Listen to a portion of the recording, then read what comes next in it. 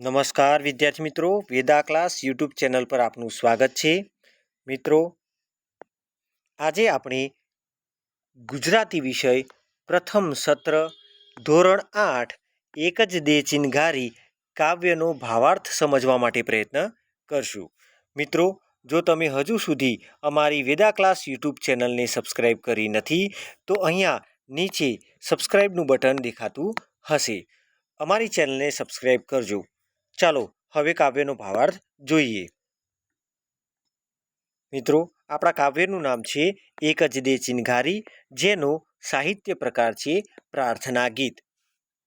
ચાલો હવે કાવ્યનો ભાવાર્થ સમજીએ. કાવ્યની શરૂઆત આ રીતે થાય છે. એક જ દે ચિનગારી મહાનલ, એક જ દે ચિનગારી. એટલે કે અહીં પ્રભુ પાસે, પરમાત્મા પાસે એક ચિનગારી માગે છે. કવિ કહે છે કે એક જ દે ચિનગારી, એટલે એક ચિનગારી આપ. આ ચિનગારી એટલે તણખો. ચિનગારી એટલે શું? હા, તણખો. પેલે જે અગ્નિમાંથી ઝીણી ઝીણી જ્વાળાઓમાંથી ઉપર કણ બહાર આવે છે એ જ. આ તણખો માગે છે. હવે કવિ તણખો શું કરવા માગે ભાઈ? એટલે તણખો એ અહીં જ્ઞાનનું પ્રતીક છે કે જ્ઞાનરૂપી તણખો આપો ભગવાન. શું આપો? જ્ઞાનરૂપી. હે પ્રભુ. પણ પ્રભુ માટે કયો શબ્દ વાપર્યો છે? મહાનલ. અહીં મહાન એટલે શું? અહીંયા મહાનલ શબ્દ સમજવા જેવો છે હો. મહાનલ. અહીં મહાનલ એટલે મહાનલના બે શબ્દો છૂટા પડે ભાઈ. મહા વત્તા અનલ. મહા એટલે તમને ખબર છે મહાન, અને અનલ એટલે અગ્નિ. હા, શબ્દનો અર્થ આવો થાય, મહાન અગ્નિ સ્વરૂપ. કેવા? મહાન અગ્નિ સ્વરૂપ દેવતા. મને એક જ્ઞાનરૂપી તણખો આપો. કેમ ભાઈ જ્ઞાનરૂપી એક તણખો? તો કે છે ચકમક લોઢું ઘસતા ઘસતા. હવે ચકમક લોઢું ઘસવું એટલે શું? વ્યર્થ પ્રયત્નો કરવા, નકામા પ્રયત્નો કરવા. કે અત્યાર સુધી તો મેં શું કર્યું છે? ચકમક સાથે લોઢું જ ઘસ્યું. એટલે કે ચકમક સાથે લોઢું ઘસીએ તો આ લોઢું છે, લોખંડ છે, તે સોનું થઈ જાય એવી માન્યતા છે. પરંતુ આજ સુધી કોઈના જોડે આવું બન્યું નથી. એટલે કે આ બધું મિથ્યા છે, નકામું છે, ફોગટ છે. બરાબર ને? એમ મેં મારા જીવનમાં પણ શું કર્યું કે આવા નકામા કાર્યો કર્યા. અને આ નકામા કાર્યો કરવામાં ખર્ચી જિંદગી સારી, એટલે કે જીવન વેડફી નાખ્યું. મિત્રો, અહીં રૂઢિપ્રયોગમાં જિંદગી ખર્ચી નાખવી એવું પૂછાય તો આપણે જવાબમાં લખશું કે વ્યર્થ કામોમાં જીવન વેડફી નાખવું, નકામા કાર્યોમાં જીવન વેડફી નાખવું. પછી આગળ કવિ કહે છે કે જામગરીમાં તણખો ન પડ્યો. એટલે કે જામગરી એટલે શું? તો અહીં જામગરી એટલે જિંદગી. કે આ જીવનમાં તણખો એટલે આપણે આગળ વાત કરીએ એમ જ્ઞાનરૂપી તણખો. મારા જીવનમાં જ્ઞાનરૂપી એક પણ તણખો પડ્યો નહીં. અને એથી શું થયું? તો ન ફળી મહેનત મારી. એટલે હું જીવનમાં કેવો રહ્યો? અત્યાર સુધીના જીવનમાં તો હું નિષ્ફળ જ રહ્યો છું. ન ફળી મહેનત મારી એટલે કે મારી મહેનત ફળી નહીં. મહાનલ. અને એટલે જ કવિ કહે છે હે મહાનલ, મહાન અગ્નિ સ્વરૂપ દેવતા, એક જ દે ચિનગારી. એટલે મને જ્ઞાનરૂપી એક તણખો આપ, જેથી મારું જીવન હું બદલી શકું. હા મિત્રો, હવે ભાવાર્થ જો પરીક્ષામાં પૂછાય તો કેવી રીતે લખવો એના માટે થોડી પ્રેક્ટિસ કરી લઈએ. હે મહાનલ, હે પરમપિતા પરમેશ્વર, હું આપની પાસે કેવળ એક જ ચિનગારી એટલે કે જ્ઞાનરૂપી પ્રકાશનું ફક્ત એક જ કિરણ માગું છું. ચકમક અને લોઢું ઘસતા ઘસતા એટલે કે જીવનના નાના મોટા અને કેટલાક વ્યર્થ કાર્યોમાં મેં આખી જિંદગી ખર્ચી નાખી છે. અને છતાંય જામગરીમાં તણખો પડ્યો નહીં. એટલે કે મારા જીવનમાં જ્ઞાનનો પ્રકાશ થયો નહીં. એમાં મારી બધી મહેનત નિષ્ફળ ગઈ. મારા જીવનમાં હું એક પણ સારું કાર્ય કરી શક્યો નહીં. હે પરમાત્મા, હું આપની પાસે જ્ઞાનરૂપી પ્રકાશનું કેવળ ફક્ત એક જ કિરણ માગું છું. આ પ્રથમ પંક્તિઓનો આ ભાવાર્થ આ રીતે આપણે લખી શકીએ. ચાલો મિત્રો, હવે આપણે આગળની પંક્તિ તરફ જઈએ. આગળની પંક્તિઓ શું કહે છે કે ચાંદો સળગ્યો, સૂરજ સળગ્યો. ચાંદો, ચંદ્ર, શશી, શશિવર, ભાનુ ના થાય હો મિત્રો, સોરી મારી ભૂલ હતી. ચંદ્ર, શશી, ચાંદો, શશિવર. તો ચંદ્ર પ્રકાશિત થયો આકાશમાં. તમે જોયો છો ને પૂનમનો ચંદ્ર કેટલી ચાંદની આપે છે આપણને.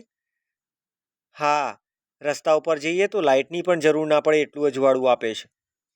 એવી જ રીતે સૂરજ, તેનાથી તો તમે ખૂબ પરિચિત છો, બરાબર ને.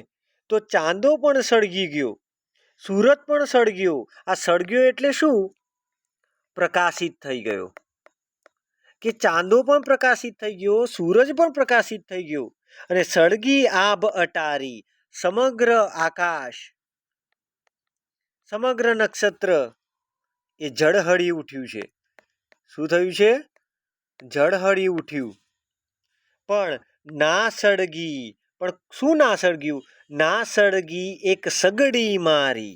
આ સગડી એ જીવનનું પ્રતીક છે કે મારા જીવનરૂપી જે સગડી છે એ જીવનરૂપી સગડીમાં એક પણ તડકો પડ્યો નહીં, એમાં સહેજ પણ પ્રકાશ થયો નહીં. અને મારા માટે આ વાત વિપતની ભારી. વિપત એટલે પીડા, દુઃખ. કે આ મારું સૌથી મોટું જીવનનું દુઃખ છે કે મારા જીવનમાં જ્ઞાનરૂપી એક પણ તણખો પડ્યો નથી. અને તેથી હે મહાનલ, એક જ દે ચિનગારી.